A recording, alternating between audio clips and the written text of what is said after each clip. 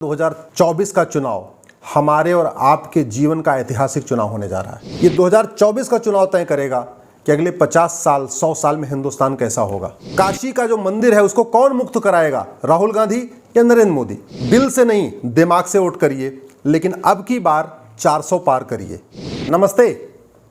जैसे आप सोच समझकर अपना व्यापार करते हैं, सोच समझकर अपना घर बनवाते हैं, सोच समझकर अपने बच्चों को स्कूल भेजते हैं, सोच समझकर आप घर के प्रत्येक कार्य को करते हैं। कुछ खरीदना है सोच समझ के खरीदते हैं, कुछ बेचना है सोच समझ के बेचते हैं। वैसे ही इस बार बहुत सोच समझ के वोट करिए। दिल से नहीं, इमोशनल होके नहीं, दिमाग से वोट करिए। वोट उसे करिए जो सभी अंग्रेजी कानूनों को खत्म करे और प्रत्येक कानून को विश्व का सर्वोत्तम कानून बनाए। वोट उसे करिए जो गुलामी की निशानी, गुलामी की रीति रिवाज, गुलामी की परंपरा को खत्म करे और भारतीय भाषाओं का प्रचार प्रसार करे, भारतीय त्योहारों का प्रचार प्रसार करे, भारतीय रीति रिवाज का प्रचार प्रसार करे, भारतीय परंपरा को आगे बढ़ाए। वोट उसे करिए जो गुलामी के नाम खत्म करे, गुलामी की निशानी को खत्म करे और जो गुलामों के नाम पे सड़क मोहल्ले गलियां चल रहे हैं उनको बदल के उनका भारतीयकरण करे। वोट उसे करिए जो हमारे प्रमुख धार्मिक स्थान थे, जो आज भी जिनके ऊपर अवैध कब्जा हो रखा है, उनको हटाने में अपना योगदान करे, हमारी भारतीय धरोहर को पुनः स्थापित करे। जिन पे गुलामी के दौरान आक्रमण हो गया था उनको पुनः निर्माण करे, पुनः बहाल करे। वोट उसे करिए, दिल से नहीं। जाति के आधार पर वोट मत करिए, भाषा के आधार पर वोट मत करिए, क्षेत्र के आधार पर वोट मत करिए, जान पहचान के आधार पर वोट मत करिए। वोट केवल इस बार मुद्दों के आधार पर करिए। वोट उसे करिए जो गुलामी की शिक्षा व्यवस्था को खत्म करे, मैकाले की शिक्षा व्यवस्था और मुगलों की शिक्षा व्यवस्था को खत्म करे और शिक्षा का भारतीयकरण करे। वोट उसे करिए जो मुगलों का इतिहास खत्म करे और हमारा जो पौराणिक इतिहास है उसको सिलेबस में डाले। वोट उसे करिए जो गुलामी की न्यायिक व्यवस्था को खत्म करे, गुलामी की पुलिस व्यवस्था को खत्म करे, गुलामी की टैक्स व्यवस्था को खत्म करे और न्याय प्रणाली है उसका भी भारतीयकरण करे, प्रशासनिक व्यवस्था का भी भारतीयकरण करे, पुलिस व्यवस्था का भी भारतीयकरण करे। और जो घटिया चल रहे हैं 1860 का इंडियन पिनल कोड, 1861 का पुलिस एक्ट, 1872 का एविडेंस एक्ट, जो इन सब को खत्म करके नए कानून बनाए, वोट उसे करिए। वोट उसे करिए जो संपत्ति को आधार से लिंक करे। संपत्ति आधार से लिंक हो जाएगी तो काला धन बहुत हद तक कम हो जाएगा, बेनामी लेन देन बहुत हद तक कम हो जाएगा। जिनके पास करोड़ों रुपए का सब अवैध बेनामी संपत्ति हो सब सामने आ जाएगी। वोट उसे करिए जो प्रॉपर्टी को आधार से लिंक करे।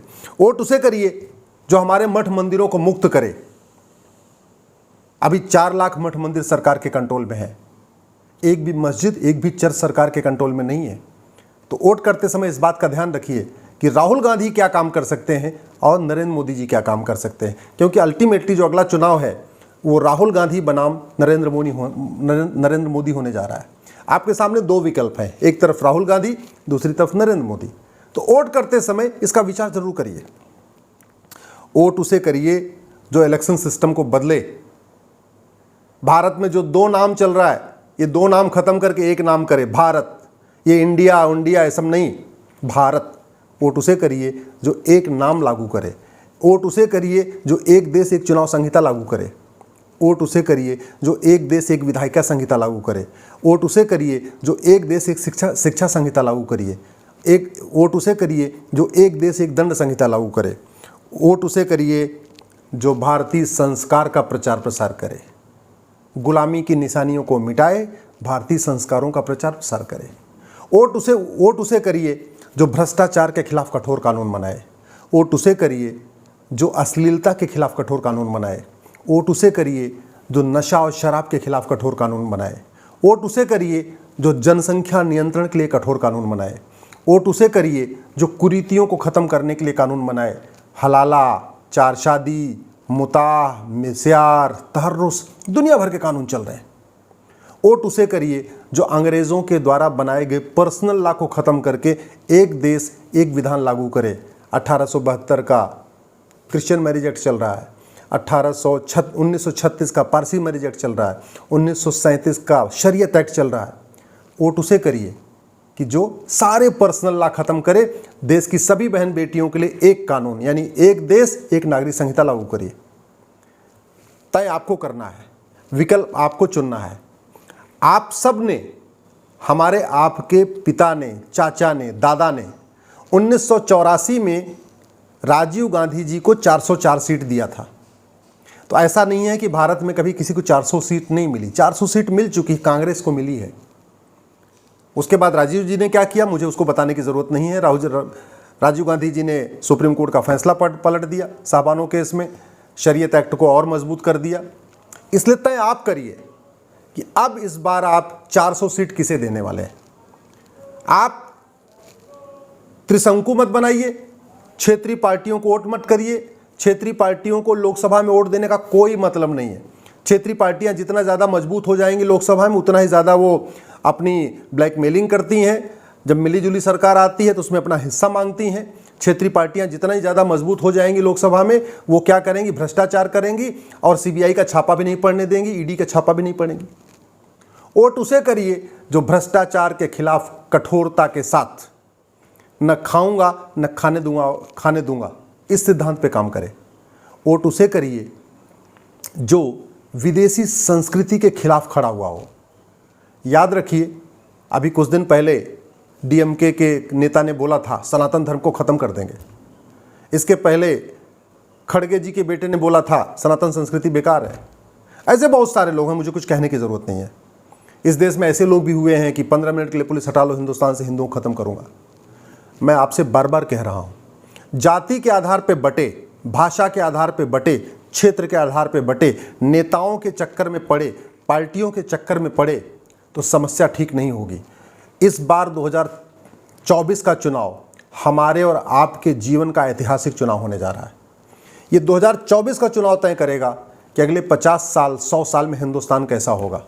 ये 2024 का चुनाव तय करेगा कि भारत किस दिशा में जाएगा। भारत एक भारत श्रेष्ठ भारत बनेगा या भारत दोबारा विखंडन की तरफ जाएगा। क्योंकि आपको याद है 1947 में देश बंटवारा हुआ था और पीएफआई का एक कागज़ आया था कि 2047 तक दोबारा यहाँ बंटवारा कर देंगे और गजवा हिंद कर देंगे। तो वोट करते समय इस बात का भी ध्यान रखिएगा कि कौन सी पॉलिटिकल पार्टी पीएफआई का समर्थन करती है, कौन सी पॉलिटिकल पार्टी अलगाववादियों का समर्थन करती है, कौन सी पॉलिटिकल पार्टी माओवादियों का, नक्सलियों का समर्थन करती है, कौन सी पॉलिटिकल पार्टी घुसपैठियों का समर्थन करती है, कौन सी पॉलिटिकल पार्टी धर्मांतरण कराने वालों का समर्थन करती है और कौन सी पॉलिटिकल पार्टी धर्मांतरण के खिलाफ कठोरता से काम करती है, कौन सी पॉलिटिकल पार्टी घुसपैठियों के खिलाफ कठोरता से काम करती है। तय आपको करना है। कानून बनेगा तभी समस्याओं का समाधान होगा। नेताओं के भाषण से, नेताओं की बातों से किसी समस्या का समाधान नहीं होगा। समाधान होगा कानून से। तो इसलिए अब आप तय करिए कि कानून कठोर कौन बनाएगा, अच्छा कानून कौन बनाएगा। घूसखोरी, जमाखोरी, मिलावटखोरी, कालाबाजारी के खिलाफ कठोर कानून राहुल गांधी बनाएंगे या नरेंद्र मोदी बनाएंगे। नशा तस्करी, मानव तस्करी, सोना तस्करी के खिलाफ कठोर कानून राहुल गांधी बनाएंगे या नरेंद्र मोदी बनाएंगे। नक्सलवाद, माओवाद के खिलाफ कठोर कानून राहुल गांधी बनाएंगे या नरेंद्र मोदी बनाएंगे। धर्मांतरण के खिलाफ कठोर कानून राहुल गांधी बनाएंगे या नरेंद्र मोदी बनाएंगे। घुसपैठियों के खिलाफ, रोहिंग्या बांग्लादेशियों के खिलाफ कठोर कानून राहुल गांधी बनाएंगे या नरेंद्र मोदी बनाएंगे। सीए कौन लागू करेगा, मोदी जी या राहुल गांधी जी। एनआरसी कौन लागू करेगा, राहुल गांधी जी या नरेंद्र मोदी जी। तय आपको करना है। इस देश से माफिया राज कौन मिटा सकता है, राहुल गांधी या नरेंद्र मोदी। परिवारवाद कौन खत्म कर सकता है, राहुल गांधी या नरेंद्र मोदी। भ्रष्टाचार कौन खत्म कर सकता है, राहुल गांधी या नरेंद्र मोदी। तुष्टीकरण कौन खत्म कर सकता है, राहुल गांधी या नरेंद्र मोदी। काशी का जो मंदिर है उसको कौन मुक्त कराएगा, राहुल गांधी या नरेंद्र मोदी। मथुरा की जन्मभूमि कौन मुक्त कराएगा, राहुल गांधी या नरेंद्र मोदी। अटाला, भद्रकाली, भोजशाला, ऐसे हमारे बहुत सारे स्थान हैं जो एक कानून प्लेस ऑफ वर्शिप एक्ट के चक्कर में अटके हुए हैं। तो प्लेस ऑफ वर्शिप एक्ट कौन खत्म करेगा, राहुल गांधी या नरेंद्र मोदी। वक्फ एक्ट कौन खत्म करेगा, राहुल गांधी या नरेंद्र मोदी। माइनॉरिटी मेजॉरिटी का कॉन्सेप्ट कौन खत्म कर सकता है, राहुल गांधी या नरेंद्र मोदी। इसलिए इस बार दिल से नहीं दिमाग से वोट करिए, लेकिन अब की बार 400 पार करिए। हमारे आपके पिता ने, चाचा ने 1984 में 400 पार किया था। राजीव गांधी जी को 404 सीट दिया था। 2024 में भी 400 पार करिए, चाहे राहुल जी के लिए 400 पार करिए या मोदी जी के लिए 400 पार करिए, लेकिन वोट बंटिए मत, वोट को बंटने मत दीजिए, जाति भाषा क्षेत्र से ऊपर उठ के दीजिए। जय हिंद, जय भारत। वीके न्यूज, राष्ट्र के नाम।